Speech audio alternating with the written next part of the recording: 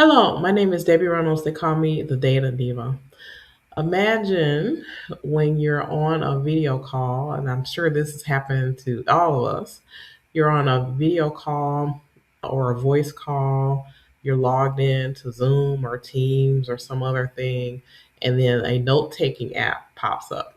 So, this is what happened to a woman in Illinois recently. She filed a lawsuit about this. The issue that she had, and this is with Fireflies AI, is that this particular note taking app, it popped up in a meeting. It said she read the privacy notice. She said that it takes voice prints. It tries to determine or distinguish between speakers. It actually transcribed what she was saying, and she was saying that she does not have a Fireflies account. She could not agree to their terms of service because she's not an actual quote unquote user of it.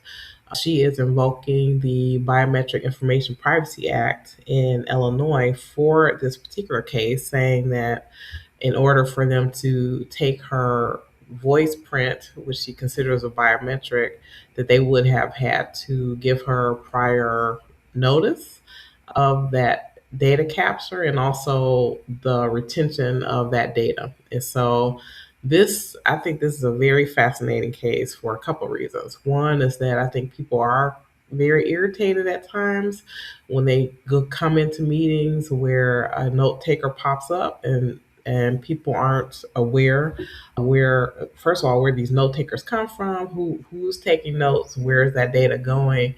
But in this case, they're saying that Fireflies didn't, which is required for a biometric in Illinois, that if someone's biometric information is captured, you have to tell them that you're capturing it, and then you have to state a retention period. But this case, some of the other things about this is that she's saying that her voice print is a biometric. She's saying that she didn't have an account, so they will still have to get some type of, maybe not consent, but some type of notice about that, and then the retention of her data. So I think people are watching this case very, very closely, especially because we know there are so many different tools that have native note takers, and then there are also separate note takers like Fireflies AI that join meetings. Especially, I think people are very irritated when someone doesn't attend the meeting, but their note taker attends a meeting. So